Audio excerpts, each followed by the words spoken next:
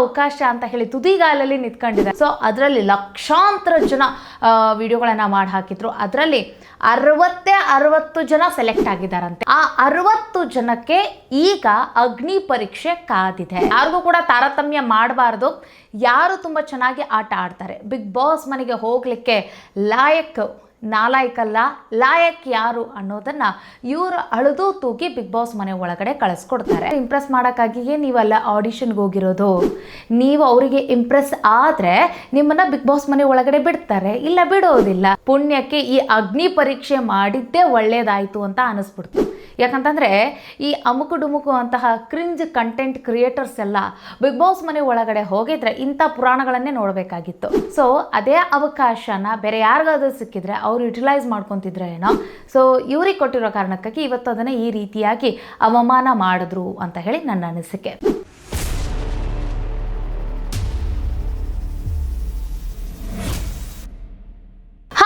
ನಮಸ್ಕಾರ, smart screen YouTube ಚಾನಲ್ಗೆ ಸ್ವಾಗತ. ನಾನು ಶ್ವೇತಾ ಕಲಖನಿ.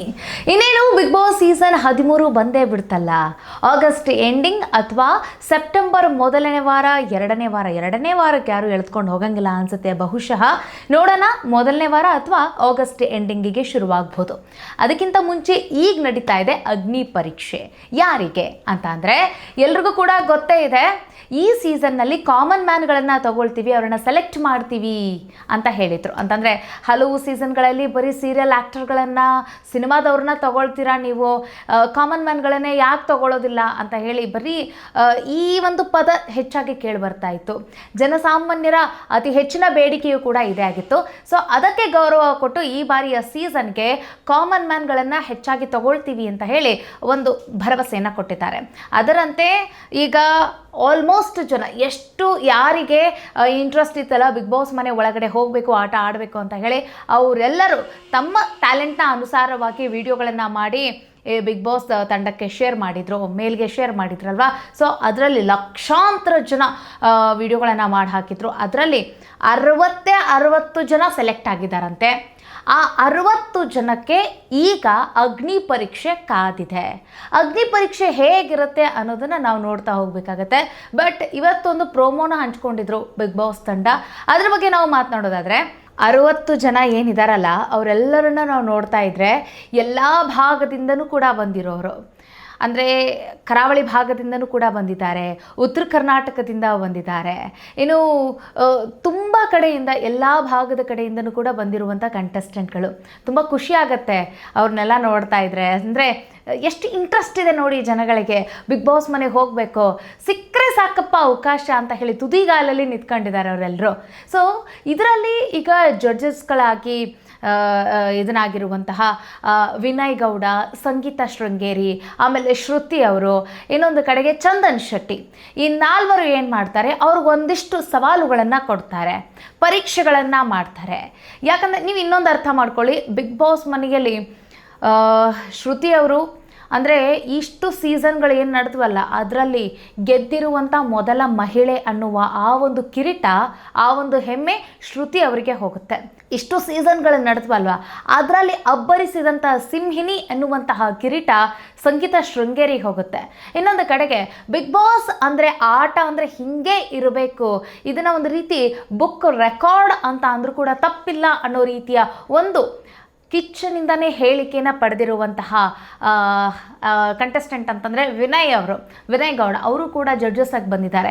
ಇನ್ನು ಚಂದನ್ ಶೆಟ್ಟಿ ಇವರು ಬಿಗ್ ಬಾಸ್ ಮನೆ ಒಳಗಡೆ ಇದ್ದಾಗಲೇ ಅದೆಷ್ಟು ರ್ಯಾಪ್ ಸಾಂಗ್ಗಳನ್ನು ಬರಿತಾ ಇದ್ರು ನಿಮಗೆ ಗೊತ್ತಿದೆ. ಅವರ ಒಂದು ಆ ಸೀಸನ್ ನೆನಪಿಸ್ಕೊಳ್ಳಿ. ಮತ್ತು ವಿನ್ನರ್ ಕೂಡ ಅವರು ಕೂಡ ಬಂದಿದ್ದಾರೆ. ಈ 4 ಜಡ್ಜಸ್ ಆಗಿದ್ದಾರೆ ಸದ್ಯಕ್ಕೆ. ಇವಾಗ ಇವರು ಆ 60 ಜನಗಳಲ್ಲಿ ಒಂದಷ್ಟು ಜನಗಳನ್ನು ಆಯ್ಕೆ ಮಾಡಬೇಕಾಗಿರುವಂಥ ಸವಾಲು ಕೂಡ ಇವ್ರಿಗಿದೆ. ಸೊ ಇಲ್ಲಿ ಏನಂತಂದರೆ ಯಾರಿಗೂ ಕೂಡ ತಾರತಮ್ಯ ಮಾಡಬಾರ್ದು, ಯಾರು ತುಂಬ ಚೆನ್ನಾಗಿ ಆಟ ಆಡ್ತಾರೆ, ಬಿಗ್ ಬಾಸ್ ಮನೆಗೆ ಹೋಗಲಿಕ್ಕೆ ನಾಲಾಯಕಲ್ಲ, ಲಾಯಕ್ ಯಾರು ಅನ್ನೋದನ್ನು ಇವರು ಅಳೆದು ತೂಗಿ ಬಿಗ್ ಬಾಸ್ ಮನೆ ಒಳಗಡೆ ಕಳಿಸ್ಕೊಡ್ತಾರೆ. ಇವರು ಯಾವ ರೀತಿಯಾಗಿ ಆಯ್ಕೆ ಮಾಡ್ಬೋದು ಅನ್ನೋದು.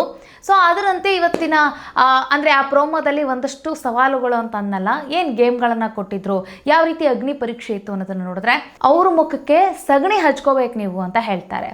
ಬಟ್ ವಂಡರ್ ಏನು ಅಂತಂದರೆ ಅವರು ಎರಡನೇ ಮಾತಾಡ್ದೇ ಆ ಮುಖಕ್ಕೆ ಸಗಣಿ ಹಚ್ಕೊಂಡು ತೋರಿಸಿದ್ದಾರೆ, ಪ್ರೂವ್ ಮಾಡಿದ್ದಾರೆ ನಾನು ಬಿಗ್ ಬಾಸ್ ಮನೆ ಒಳಗಡೆ ಹೋಗಲೇಬೇಕು ಅನ್ನೋವಂಥದ್ದು. ಆ ಹಠ ನೋಡಿ. ಇನ್ನೊಬ್ಬರು ವಂಡರ್ ಅನ್ಸೋದೇನು ಅಂತಂತಂದರೆ, ತಾವು ವರ್ಲ್ಡ್ ರೆಕಾರ್ಡ್ ಆಫ್ ಗಿನ್ನಿಸ್ ಆ ಒಂದು ಇದಕ್ಕೆ ಸೇರಿದವರು. ಅವರು ಅವರ ಆ ಒಂದು ಸರ್ಟಿಫಿಕೇಟ್ ಏನಿದೆಯಲ್ಲ ಅದನ್ನು ಸಂಗೀತ ಶೃಂಗೇರಿ ಅವರು ಏನು ಸವಾಲು ಕೊಡ್ತಾರಂದರೆ, ಬಿಗ್ ಬಾಸ್ ಮನೆ ಒಳಗಡೆ ಹೋಗ್ಲಿಕ್ಕೆ ನೀವು ರೆಡಿ ಇದ್ದೀರಾ ಅಂತಂತಂದರೆ ಆ ಒಂದು ಸರ್ಟಿಫಿಕೇಟ್ನ ನೀವು ಇಲ್ಲಿಗೆ ಹರಿದು ಹಾಕ್ಬಿಡ್ತೀರಾ ಅಂತ ಹೇಳ್ತಾರೆ. ಎಸ್, ಹರಿದು ಹಾಕ್ಬಿಡ್ತೀನಿ ಅಂತ ಹೇಳ್ತಾರೆ. ಸೊ ಹಾಗಾದರೆ ಆ ಸರ್ಟಿಫಿಕೇಟ್ ವ್ಯಾಲ್ಯೂ ಇಲ್ವಾ? ಅಷ್ಟೊಂದು ಬಿಗ್ ಬಾಸ್ ಮನೆ ಒಳಗಡೆ ಹೋಗ್ಲಿಕ್ಕೆ ವ್ಯಾಲ್ಯೂ ಇದೆಯಾ ಅನ್ನೋದಿಲ್ಲಿ ನನಗೆ ಒಂದು ಕನ್ಫ್ಯೂಷನ್ ಆಯಿತು. ಇನ್ನೊಂದು ಕಡೆಗೆ ಇದು ನಿಮ್ಗೆ ಗೊತ್ತೇ ಇದೆ, ಇದು ಬಿಗ್ ಬಾಸ್ ಮನೆಯಲ್ಲಿ ಆಡಿಸಿರುವಂಥ ಆಟ. ಮೆಣಸಿನ್ಕಾಯಿ ಮತ್ತು ಅದಕ್ಕೆ ಜಿಂಜರ್ ಗಾರ್ಲಿಕ್ ಇದನ್ನೆಲ್ಲ ಗ್ರ್ಯಾಂಡ್ ಮಾಡಿಸಿ ಆ ಜ್ಯೂಸನ್ನ ಕುಡಿಯೋಕ್ಕೆ ಕೂಡ ಕೊಟ್ಟಿದ್ದಾರೆ. ಕೆಲವರಿಗೆ ಕುಡ್ದಿದ್ದಾರೆ ಕೆಲವರು. ಇನ್ನೊಂದು ಕಡೆಗೆ ತಲೆ ಬೋಳಿಸ್ಕೊಳ್ಬೇಕು ನೀವು ಅಂತ ಹೇಳಿ ವಿನಯ್ ಟಾಸ್ಕ್ ಕೊಟ್ಬಿಡ್ತಾರೆ. ವಿನಯ್ ನೋಡಿ ಈ ರೀತಿ ಟಾಸ್ಕ್ ಕೊಟ್ಟಿರೋದು, ತಲೆ ಬೋಳಿಸ್ಕೋಬೇಕು ಅಂತ ಹೇಳಿ ಇಮ್ಮಿಡಿಯೇಟಾಗಿ ಅವರು ಯಾರೋ ಕಂಟೆಸ್ಟೆಂಟ್, ಭಾವಿ ಕಂಟೆಸ್ಟೆಂಟ್, ಅವರು ಕೂಡ ತಲೆ ಬೋಳಿಸ್ಕೊಂಡಿರುವಂಥದ್ದು. ಅಂದರೆ ಹಠ ಎಷ್ಟು ಇದೆ ನೋಡಿ.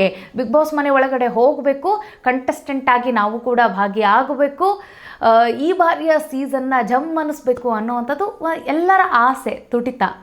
ನಮಗೂ ಕೂಡ ಆ ಒಂದು ಫೇಮ್ ನೇಮ್ ಬರಬೇಕು ಅನ್ನೋ ಆ ಆಸೆ, ಬಿಗ್ ಬಾಸ್ ಮನೆ ಒಳಗಡೆ ಹೋಗಬೇಕು ಅನ್ನೋವಂಥದ್ದು. ಆ ಹಠ ಇಲ್ಲಿ ಗೊತ್ತಾಗುತ್ತೆ. ನಾವು ಇನ್ನೊಬ್ಬರನ್ನ ನೋಡಿದ್ರೆ ಈ ಅಮುಕು ಡುಮುಕು ವಿಚಾರಕ್ಕೆ ಈಗ ಬರೋಣ. ನಾವು ಕ್ರಿಂಜ್ ಕಂಟೆಂಟ್ ಕ್ರಿಯೇಟರ್ ಅಂತಲೇ ಇವರು ಫೇಮಸ್ ಆಗಿದ್ದಾರೆ ಸದ್ಯಕ್ಕೆ.